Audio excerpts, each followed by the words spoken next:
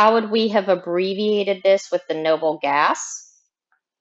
If we would have a noble gas, we would have said find the previous noble gas. So here's bromine. Previous noble gases, right? Noble gases are in this group, would be argon. So the way we would abbreviate this would be argon.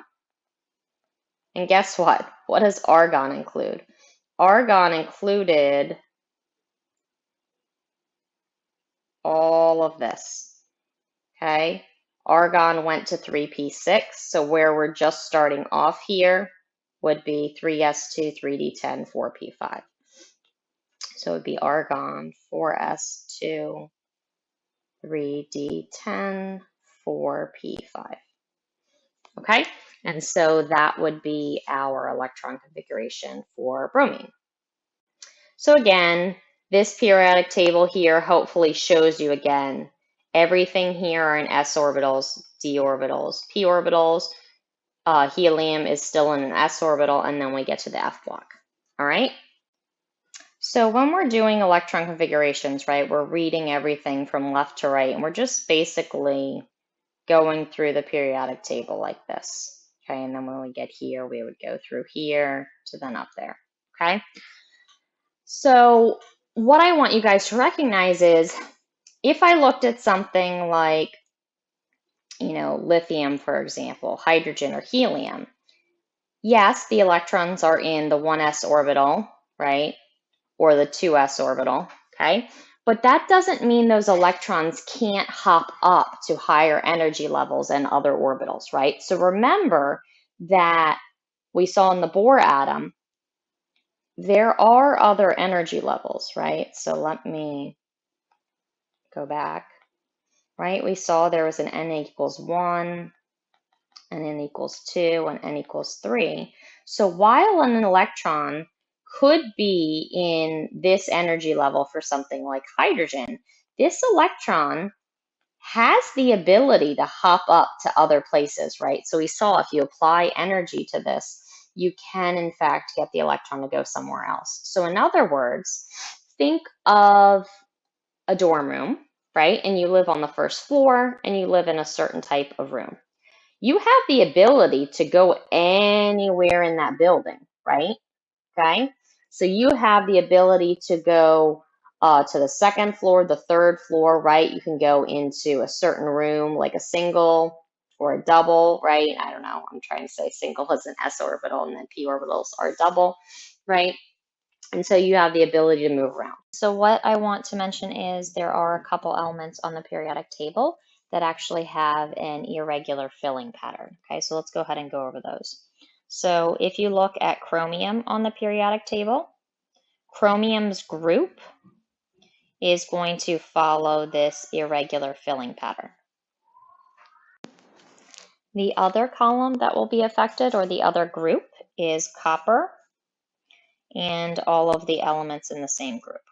Okay, now you will see that there are, of course, some exceptions to this. Things down in the F block, you'll see some differing kind of filling patterns and things like that. So these two groups are the only ones that I expect you guys to know those exceptions. All right, so let's go ahead and look at what we would expect for something like chromium, for example, and then we'll also look at copper. So let's go ahead and do the electron configurations of chromium and copper, and we'll do their orbital energy diagrams, and then what we're going to see what we would expect to happen versus what actually happens. So for chromium,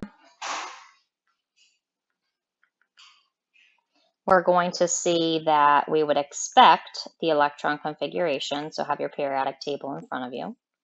We're going to do the abbreviated version, so let's go ahead and do the noble gas electron configuration. So the previous noble gas for chromium is argon, then 4s2, 3d4.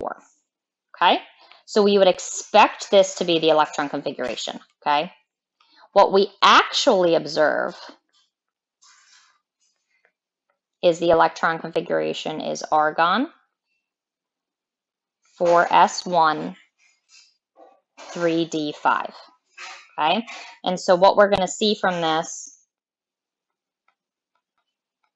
is the D block is half full, okay? So let's go ahead and draw what this looks like. So we have argon, and then we're going to look at the 4s orbital, and there's 1, 2, 3, 4, 5 d orbitals. And so again, the expected electron configuration in the orbital diagram would look like this.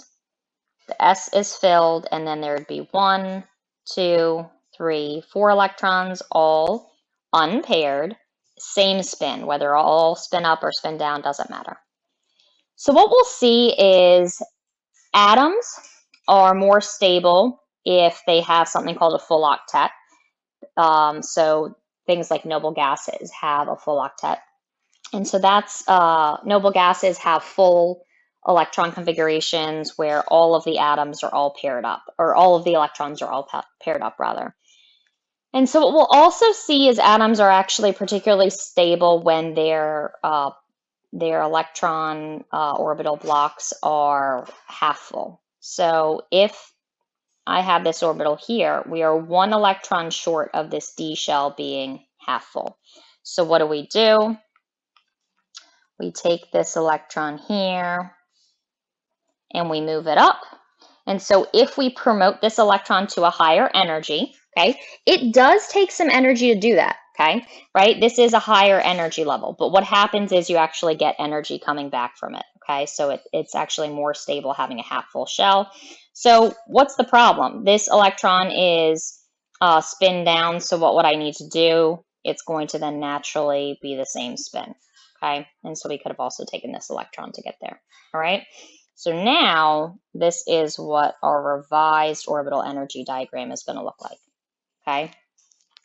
All right, so let's go ahead and look at copper. And so remember, for chromium, this is true for everything underneath chromium. You would have that half full D shell, all right, because it's ultimately more stable that way. You don't need to know why it's more stable, right? It's just we observe it. It is what it is.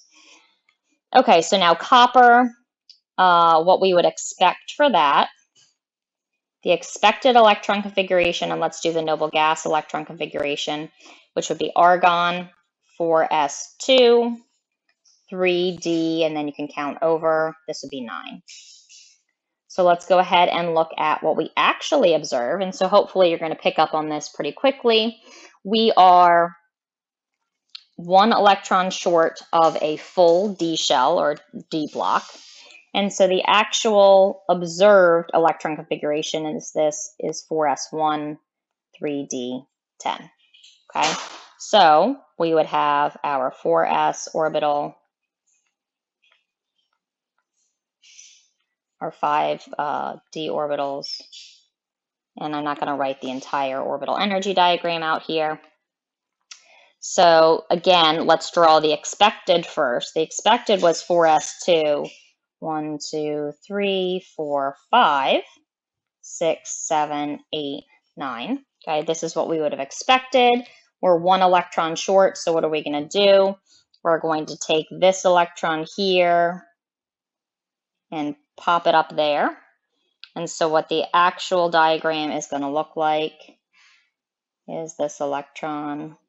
I want to promote it up there.